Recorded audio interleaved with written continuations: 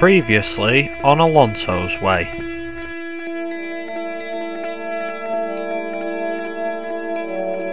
So we're revving up to 5 red lights here at Spa-Francorchamps. It's lights out and away we go. We've got a pretty decent start. Vettel right next to us and Raikkonen up in front. The two Mercedes get a brilliant start. Going into the first corner though, we immediately grasped third place from the two Ferraris. So we've moved up 2 positions in the first corner, which is a pretty good start for us. As you can see, the two Mercedes are scrapping, as you can see, but because of them two scrapping, it's allowed us to catch up. See, we're going to go down the inside of Hamilton, and Rosberg leaves the door open. We cheekily take the lead from Nico Rosberg, and we're now officially in the lead. And we're going to come round the last 2 corners, and we're going to win the Belgian Grand Prix.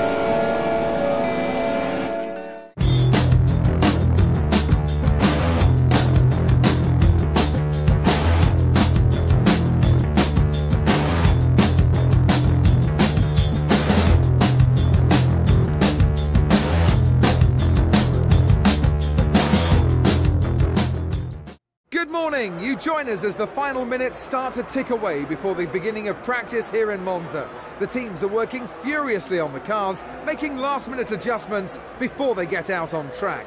Some fans have commented that this track isn't as difficult as it once was due to the recent track modifications around Parabolica. The Parabolica is a demanding high-speed corner, and in the past drivers were known to stray into the gravel trap. But around the edge now is a strip of tarmac, so if a car does go off the track, they should be able to recover. One of the most famous corners here at Monza is the Variante del Rettifiglio, at the first corner chicane. It's been the scene of so many first-lap incidents over the years, and I think the teams will be holding their breath, hoping that they make it through that corner cleanly at the start today. This is such a tricky corner to find the right braking point for. You approach it around 220 miles per hour down the main straight, then scrub off 170 miles per hour in just over 100 meters. It's very easy, therefore, to overshoot and end up driving through the escape road. Hey guys, I'm Viper and welcome back to Alonso's Way. This is episode 12 where we're at the famous Monza circuit in Italy. A track that's known for its history. Obviously it's been on the F1 calendar since 1950, and it's one of those tracks that's all about the speed more than anything else. So should be an interesting weekend as you join us in on practice, and it's going to start with a bit of a battle in the way with Maldonado there. As I said, the AI, just like in Spa, the AI like to, they like to battle you. Even if you're not racing properly, you're just doing laps, they still, if one's quicker than the other, they will overtake you. Obviously, you have to, in real life, you'd have to back down if somebody was quicker than you behind. You'd have to slow down, let them pass somewhere, Just don't block them that much.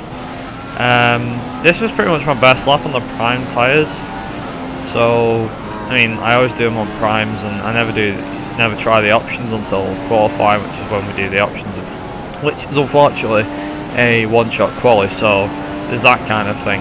And also, I just want to quickly mention this, before I forget, because I actually forgot to mention in the last episode, is that the thumbnails that you'll see for these videos will be kind of different to what I usually post. This is because what I'm going to do is, as the races progress, so obviously we're in Italy now, and in real life this hasn't happened yet.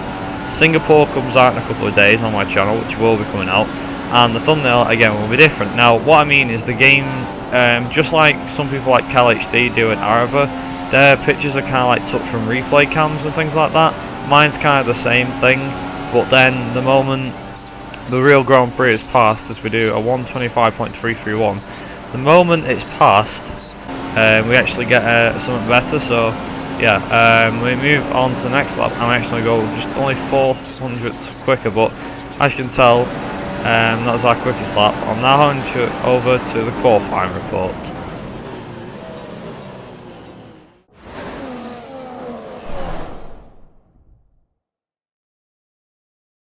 The pit lane will be open shortly, which means it's nearly time for qualifying for the Italian Grand Prix here in Monza. I'm expecting a good showing from Ferrari at their home race this weekend. They've had a lot of success here over the years, and though they haven't won a race here since Fernando Alonso in 2010, you can never say never. The fans here are amazing and always provide a lift to the Ferrari team, so I'm expecting them to be right in the mix come today's qualifying session. Right, so qualifying time for the Italian Grand Prix. And we go across the line now, opening DRS, touching 200 miles an hour, so I think 210, are we going to equivalent that, 215, we're going to 220, no. Nearly though, we nearly did. Going into the first set of cars, I'm not sure what the cars got. I know the last car was Parabolica, so yeah. Like I said, it's mainly all about the straight line speed, and unfortunately that's something that our McLaren doesn't have. But looking at the gap to the next car, the car behind, you can see we're actually P2 and Vettel's P1, but I seem to really do nail this lap, because we cut, I reckon we cut that corner, that last bit there, and we cut that a bit too much, so that was, in my opinion, a corner cut. We're running a bit low on the curbs there, but that's to be expected. I think we took this corner just about within the track limits there. Opening DRS, and we're going to go knock it up into 8th gear, coming through into sector 3 now, and we're still ahead. I don't know by how much, but that corner there, I don't think we've cut it or exceeded track limits as much as we should have done. Like, it's a corner that you can take flat out and or take it in 6th gear, you know, drop a gear or something, but as you can see in the bottom left hand corner, we're quite a distance ahead, and this last car, Parabolica, I always seem to get it wrong, but it seems as though we've got, for some weird reason, I think, like I said, I never tested options, but we've got to take pole position at the Italian Grand Prix in our McLaren, and I'm pretty sure Jeff and obviously Alonso himself will be happy with that, so yeah, anyway, over to the commentators. And that's P1 for Fernando Alonso. He'll be looking forward to tomorrow's race now, with real hope that he can convert this into a race win. He's really been able to connect all the dots on that lap. It was just inch perfect. What a performance. And will definitely be the driver to beat on Sunday. So that's qualifying over, and we're actually 1.8 seconds faster than the Mercedes of Lewis Hamilton. That's a big margin compared to the last time we got pole, which was in Austria, I think. And that was in the wet, and we seem to do really well, but for the race we seem to mess that up, so hopefully we don't do that again. Let's see, 2 Mercedes followed by the 2 Ferraris, kind of going sets of 2, so 2 Mercedes, 2 Ferrari, 2 Williams, then the Sauber of NASA, Grosjean's Lotus, Daniel Ricciardo just about getting in the top 10, then there'll be a scrap between the 2 Force Indies and the Toro Rosso. Max Ericsson's Sauber is in 14th, then you got Toro Rosso of Sites in 15th, Maldonado 16th, so not a great day at the office for him. Danny Kvyat 17th, our teammate Jenson Button in 18th. Will Stevens and Roberto Mari finish off the grid, and that's qualifying over. So now it's time for the race.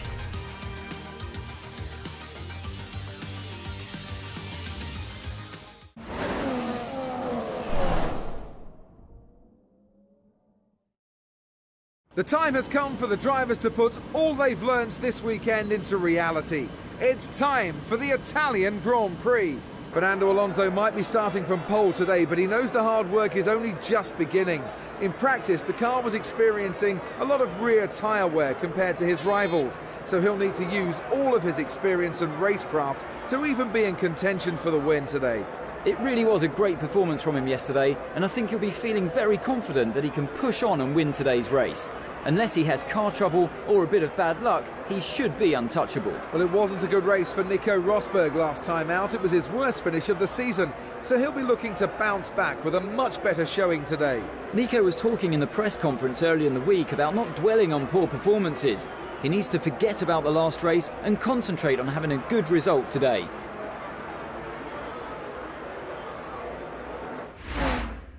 Right, so it's race day at the Italian Grand Prix. Just going to quickly load the setup for the race.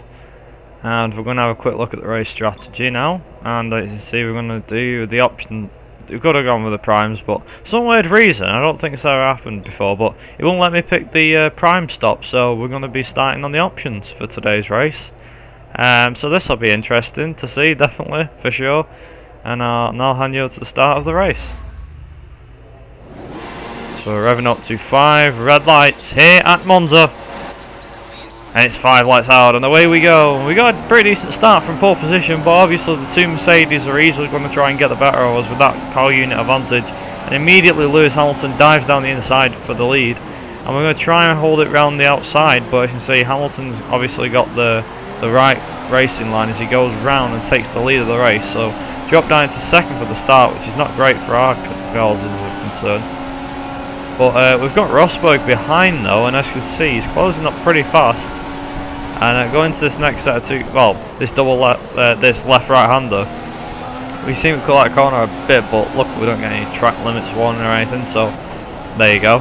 But Rosberg is doing pretty well actually, keeping on the back of us. Now, so we're doing pretty well to try and keep Hamilton, but already you can see there's a gap starting to form, so not great in my opinion. We need to try and pick up the pace. I think the AI were not using DRS. I have a weird feeling about that, but the AI did not use DRS during the qualifying. But see, Rosberg did try to get down our inside, you know, make a move, but see, we run right there onto the tarmac, and obviously Parabolic has been done over and they've added some tarmac, so it just been completely gravel. So you see the arrows are showing that we've got another car down our inside, and it's Rosberg again looking for a move around our inside. So not you know, obviously not a great track for us, obviously with the straight line deficit and all that, but we will try to fend off from Nico Rosberg as best as possible. And onto lap 2, and we're going to go into the first corner now, and as you can see, Rosberg's trying to get down the inside. We're going to brake later than Rosberg, and we're going to come around the inside actually, and just about keep hold of second place. We're going to say take second place, but moving on to end of lap 4 and on to lap 5 now. I see Raikkonen's actually moved past Rosberg, and he's going to try and move. We've actually got to do a double attack but defend as well, because Raikkonen's there and we've got Vettel behind. But again, we're going to do side by side with Kimi Raikkonen. We're going to take that spot, take second right back from Kimi Raikkonen. Moving on to lap 6, going on to lap 7. Obviously this is our pitting lap, so expecting a good job from the McLaren team. I see the race leader Hamilton's pitted at the same time as us, so this could be interesting. And I just want to bring up what I was saying before about the thumbnails, is that when the real life pictures come up for that race, so Abu Dhabi also at the end of the year, the thumbnails will change to have the real life images in them, so that's all I'm going to mention. So if you go, well, that's not like trust the thumbnail, you know why now. But as you can see, coming down the end of the pits, we've got Button and Kvyat, and we've outbroken ourselves. We've smacked into the back of Hamilton. Bear in mind, we have got cold tyres, so you can't blame anybody there. It does look like I've not braked at all from that point of view, but I actually had the brakes on, and for some weird reason the car just didn't want to stop, so I actually slowed down miles before the corner this time, not my usual cornering spot. And now we've got 3 cars to deal with, so not just Hamilton, we've got our teammate Jenson Button and also the Red Bull of Danny Kvyat. So not great in our eyes, but going into this next, as you can see, our tyres are completely freezing, but going into this next corner, for some weird reason, all 4, there's actually another car, I think Rosberg there, all these cars are actually going really slow, and luckily we managed to get around the outside of Danny Kvyat before the yellow flags came out. But team orders rules at McLaren, as you can see, Button's letting us pass because he knows we need this win. And moving on later on to lap 7, we've caught up to the back of Hamilton now. We're actually going to go down his outside, you know, he's going to keep the door open for us, thankfully. And we're not going to close off the inside line, no, we'll go around Parabolica. And if I'm honest, that was it. We're coming around the last corner at Parabolica now, and we're going to take our 2nd win in a row, our 3rd of the season, at the Italian Grand Prix.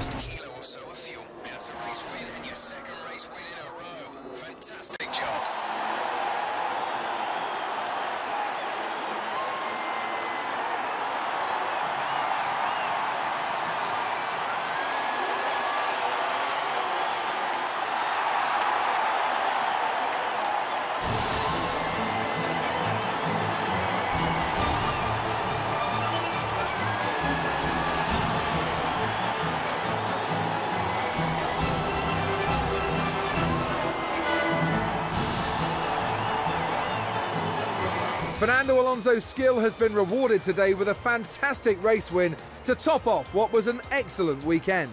It really was a great performance, and one that I think will be remembered for a long time to come. There'll be plenty more twists and turns to come this season. I hope you can join us at the next race to see just who will come out on top. And there we go, that's the Italian Grand Prix done, and surprisingly we actually managed to pull out a big gap between ourselves and Hamilton. You see, it was 9.7 seconds in the end. Managed to pull out a pretty good gap. Kimi Räikkönen actually came third in that race, so Ferrari come third and fourth, so they managed to get more points than ourselves. Obviously we only got the 25 for the win, but I see the two Williams there, Lotus, the Force India. I think Felipe Nasr got a 5-second time penalty, Maldonado 10th, so he managed to score his first points. Both Toro Rosso's missing out.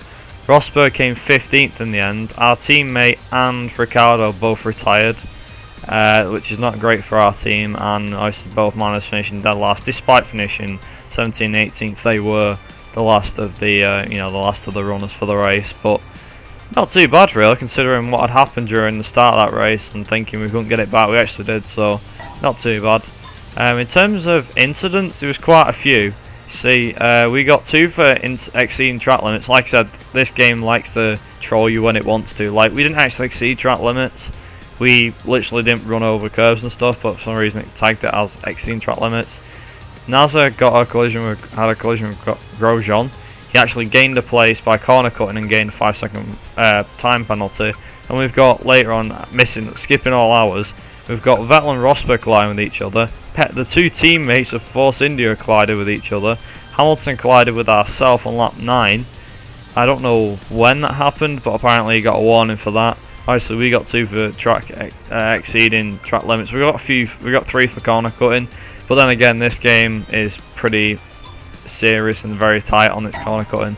Moving on to the drivers though, we've actually managed to take the lead by 6 points from Sebastian Vettel, so we're now in a great position to win this championship.